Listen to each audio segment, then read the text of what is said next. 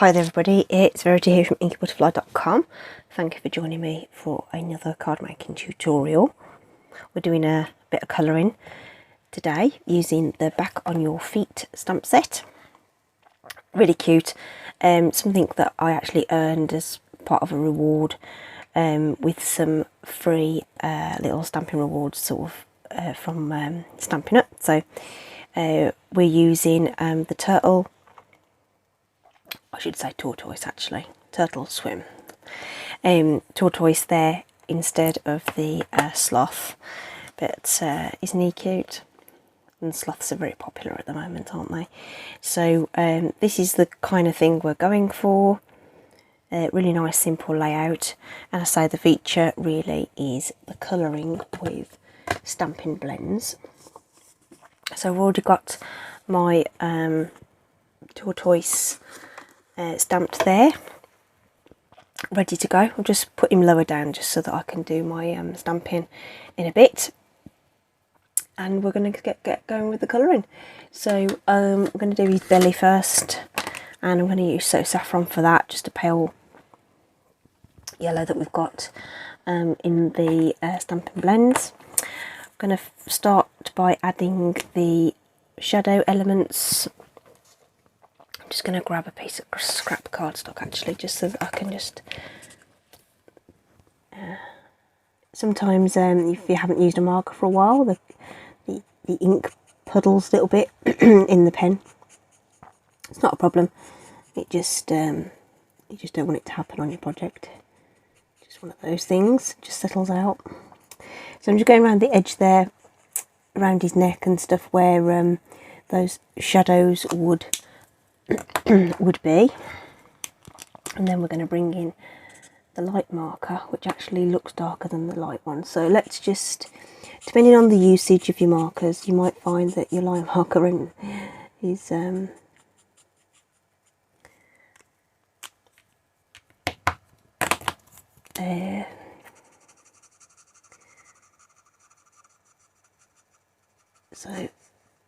there we go, that's blended out great actually, just because of the varied usage of as the ink wears out. So but that's worked out really nicely, and it's really subtle, but those colours have blended in really nicely. Okay, I'm not going to worry too much that I've gone over his legs a little bit, because obviously we can sort that out with the rest of the layers. So I'm thinking pear pizzazz for his body. So is it pear pizzazz? We've got pear pizzazz. Actually, we've told you a fib there. Old olive is the one that we're going to have to use. Looks like pear pizzazz on the tops. So I'm just trying that out again on the on my scrap paper, and my light and dark are light and dark, so that's good. So I'm going to put in my shadows. Probably should have just tried my bullet tip actually, because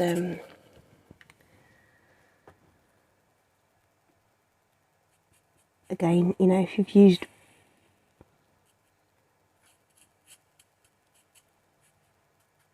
use them differently. So I'm going to drop some of the dark where his legs meet his body, and where there might be some little sort of creases in the joints around his feet. So under here, maybe just into the shell there, and where they're resting against the shell. So the artist has actually put in some little indications of where that shadow could be, which is also very helpful. Again, around his neckline, where he comes to meet the shell, and we'll just put it around the back of his head, just to give his head some roundness. There'll be a bit under here where his beak sort of comes out, maybe a little bit around his eye there. And then we'll go back in with our lighter marker. This is quite small, these are quite small spaces that we're colouring, so I'm just going to use the bullet tip, I think, and not risk going outside the lines. Gives you just a little bit more control in these tighter spaces. little tiny circular movements over the edge of where that dark pen has been laid.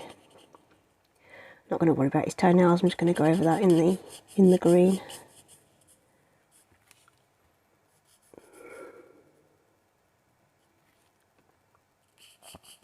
So again, over the join and then blend out to where the lighter portions.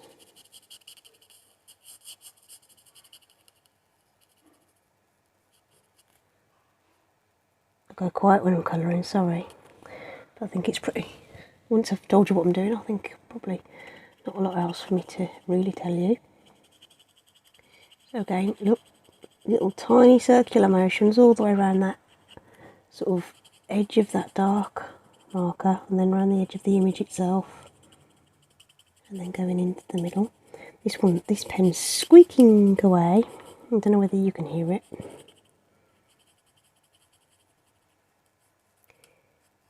If you work your way round and lay down this colour whilst things are wet, you won't get any streaking or anything like that. So that does look fabulous as it is, but I think what we'll end up doing is letting those dry and just intensifying the dark layers again once we do that. Okay, so the shell then, I'm going to bring in Mossy Meadow for that. So this is quite a dark colour. So we're going to approach this in a little bit of a different way. I'm going to just use my scrap and just check that this is these are light and dark, and so my bullet tip on this one is coming out quite dark. Okay, so if I just make sure I use. So I think what I'm going to do is I'm going to lay down some colour with the brush tip of my Mossy Meadow, which is coming out a little light.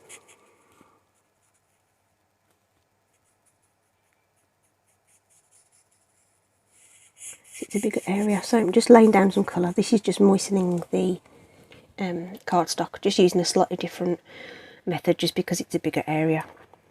I'm going to put in a little bit of extra dimension into here. It's got these little sort of striations on the edge there, so let's just put a bit of detail in there. Nothing fancy, just a little bit. And then we're going to put a little bit of shadow around the little plates, these little sort of squares on his shell.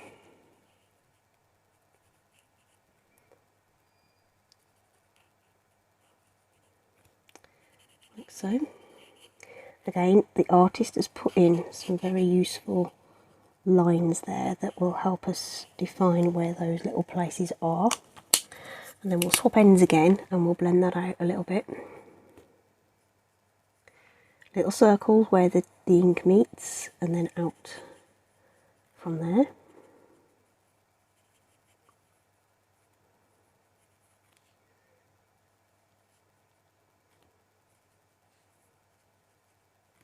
And again, we'll probably end up putting another layer over that to make that really, really pop. So this kind of colouring is definitely something that you want to take your time over. You know, grab yourself a snack and a cup of tea and stuff, and just enjoy it. You can stamp several images and, you know, sit in front of the telly and do your colouring. So just going in between those shell pieces now with this dark Mossy Meadow. Okay, it's hard to tell what that bit's supposed to be up there, but we're going to colour it dark just so that it's in shadow. Okay, so that is coming together really, really nicely. I think that's really, really cool. So while that's drying now, I think what we'll do is, sorry, that was out of shot, sorry. I've zoomed you in a little bit closer, so where my usual reference points are a little bit off. So I think what we'll do now is we'll intensify the bits on his body. I think I might even do a little bit more on his little belly there, just to emphasise those dark portions there as well. Again, to blend that out slightly. And then we had our excuse me. Oh, can't get the lid off. Drop in our dark old olive, this is. I keep wanting to call it pear pizzazz. It's not pear pizzazz. So again, just intensifying those shadows once again, where the artist has helped us with that artwork.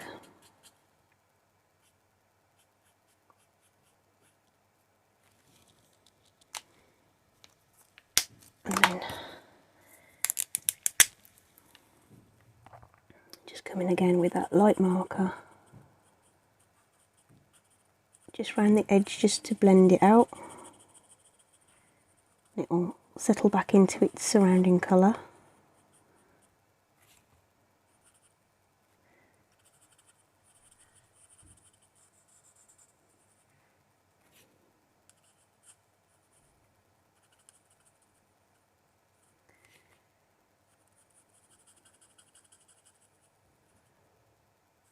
Like so.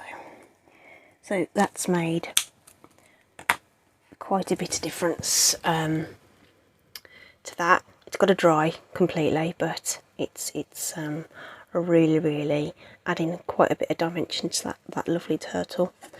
If you get bleed through on your cardstock, that's completely normal. That's the pens doing their work. Okay, so don't worry about that. Thank you. So now we can do our thing again with the this. We're not going to add any more to the lighter areas. I'm just going to add a little bit more to the dark parts there.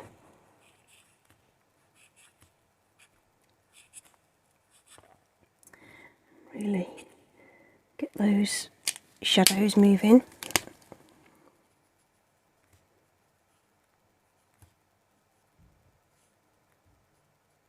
Okay. And again, just a little bit more of this extra dark layer, which will help the whole thing pop.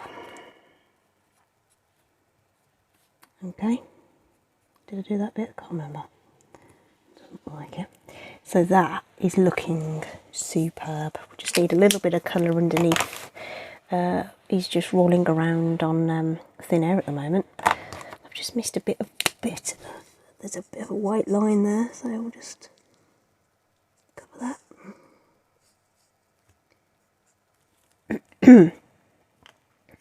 I think I'll use my light, whatever this was, old olive, just to give him a bit of grounding, so it doesn't look like he's just rolling around in thin air. Okay, so there's our gorgeous little turtle there. I think that shell is now looking really super. Okay, so on the sloth, I don't know whether you can see, but I've actually gone around the edge just to soften that edge a little bit, and I did that with Pool Party, simply because I did a lot of grey. This is actually grey granite that I've used in there. Brought in a bit of bronze around his bandage there as well. So I used Pool Party to give him that little halo around him. So on this one, yeah, we can do the same. I think I'm going to take the light Pool Party marker, and all we're going to do is draw a line around This is actually light mint macaron. I was like, that, it doesn't look like the right colour. Just picked out the wrong one from my thing, but this will work. You just want something pale, just to go around the edge. It could be grey. I did and ah about grey actually. Soft sea foam, that's the one that we've got.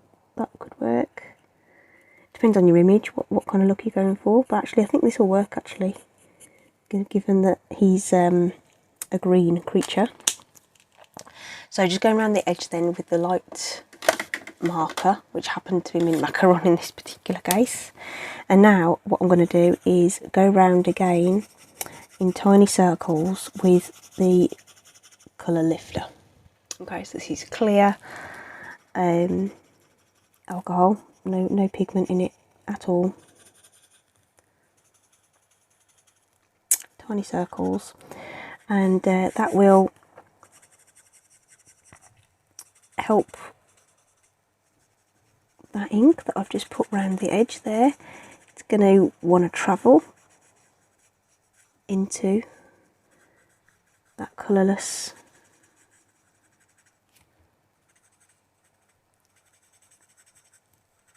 ink that we're just putting round. Could put a bit over here actually. I find that going round twice just makes sure that everything's completely saturated. I find that the brush tip gives you a softer look.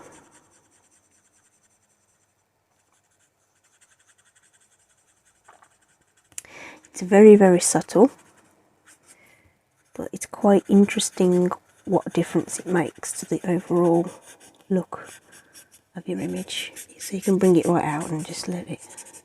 It's colourless. It's not gonna worry too much. I mean, it shows up whilst it's wet, just because the cardstock is damp. Okay, so you can see the halo around it on there. But once that dries back, that's gonna be super duper cute. Oh, isn't he gorgeous? I just love him. Just wanna. Do you not want to just help him up on his feet? Because that's just adorable, isn't it? Okay, right, so let's layer up our card. So we're going to do that with some layering circles. Okay, so we still have the layering circles dies.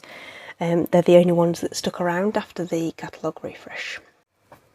It's a bit of a shame really, but there we are. We've got our, that's what we've got, layering circles. So I keep mine together in a, my layering circles are the original layering circles from the previous manufacturer, and the dies I use a lot I transfer into a case like this and put them onto magnetic sheets, so just to help me store them, and they're just there in my drawer that I can pull out. Ones that coordinate with stamp sets I keep with the stamp sets, whereas these guys are obviously in use all the time. So that feels a bit tight there, so if I go for this one, that'll be just fractionally bigger than that one. So that looks like a good fit around him, so that's cool. So what I want is the pairing scallop, which I think will be that one. Yep, okay, beautiful. So those are the dies that we're going to use. Obviously choose something that's going to fit your particular image. If you haven't got this particular stamp set, obviously if you're colouring something else, and just watching for the technique, then that's super cool. Of course, what I have used today will be available in my Stampin' Up store, so the links will be in the description if you're to go and shop with me, should you wish. While we're here, we're going to just get my sentiment stamped.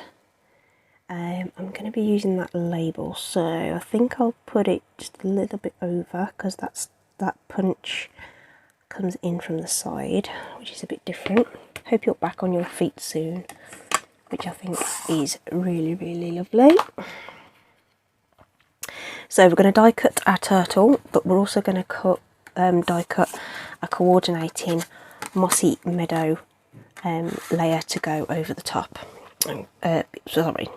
layer behind it. Okay, now I don't think I'm going to fit those on the plate at the same time, so just going to run that through.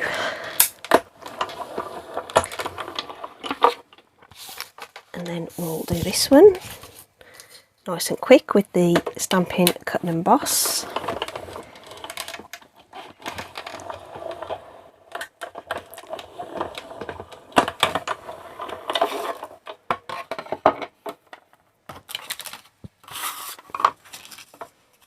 So there's our scallop, and there's our beautiful turtle. Okay, that we can now layer together on there.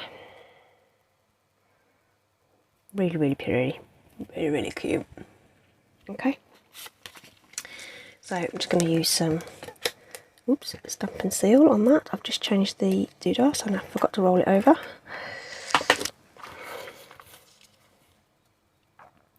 So just line that up on there. I've got a Paper Pizzazz card base for this one. Isn't that lovely? As sentiment, as I say, I'm going to use this punch, which is called Label Me Fancy. So just lining that up in there.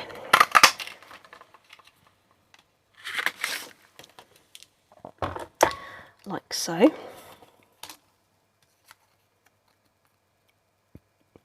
might have to change the orientation a little bit on this, because this one's a little bit, I don't want to cover up my colouring, you see, so, but I still want it to be connected, so, it doesn't cover it too much, I guess, but I don't want it to cover it too much. Okay, so that's what we're going for. Going to stick some dimensionals on the back of that. Just got a few of these minis to use up, so we'll do some minis on there.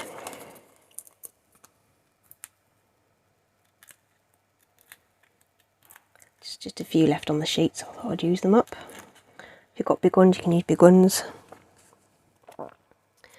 Whatever foam adhesive you have to raise that image up,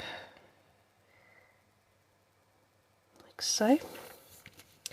So we're going to overlap our sentiments. So on the side where we're making contact with that, we need the one dimensional, but we're going to stick two on top of each other to match the height on this end.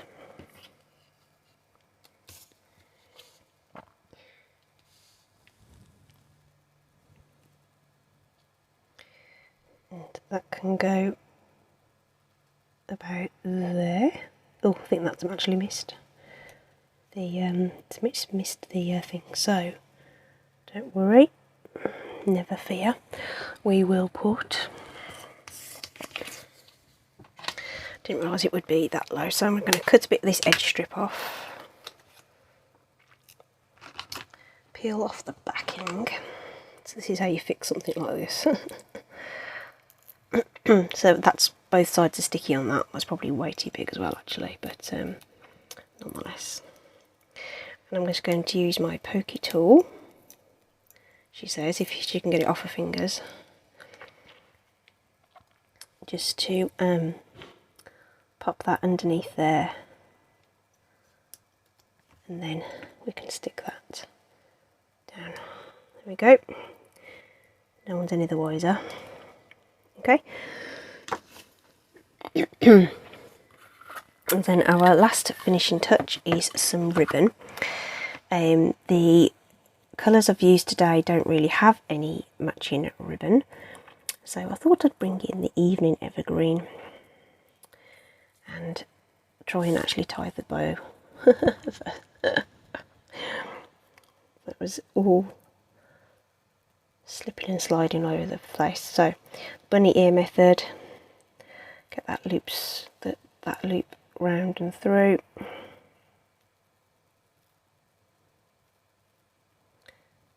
and then pull it through, grab hold of your ends. These sort of fine ribbons, they sort of get a bit sort of slippy, so you want to make sure you've got a good tight knot on those from the get-go really, and then they'll hopefully twizzle into shape quite nicely, although this one's just taken a bit of extra persuasion this time round.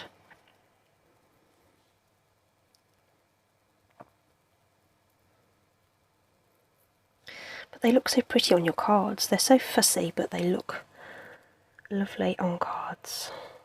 Bows, that is. There we are, trying to make those as even as possible, so that looks okay. And we'll just use my sharp scissors just to cut that a little bit long, and then we can decide exactly how long we want it once we've got it on the card. Stick that on with a glue dot. So you just press onto the wrapper. Still not quite even. There we go, that's better. And then you can position that where you want it. So I just want it just sort of tucked in next to that sentiment. Okay, these fine ribbons are quite nice for that, because even if they overlap a little bit, you can still see through them a little. So we just want to trim those ribbon ends at a slight angle, and that's our card done. Okay, so if I just bring you out a couple of notches again, just so that you can bring in, I can bring in both cards and you can see them side by side, all sort of running on the same theme and the same layout, featuring some Stampin' Up stamping blends, alcohol markers for some really, really nice colouring. Aren't they adorable? Hope you've enjoyed it, and you've hopefully taken away some top tips there. As I said, the links to all the products I've used will be in the description. Please do take a look. In the meantime, take care, stay safe, and I'll see you soon. Bye.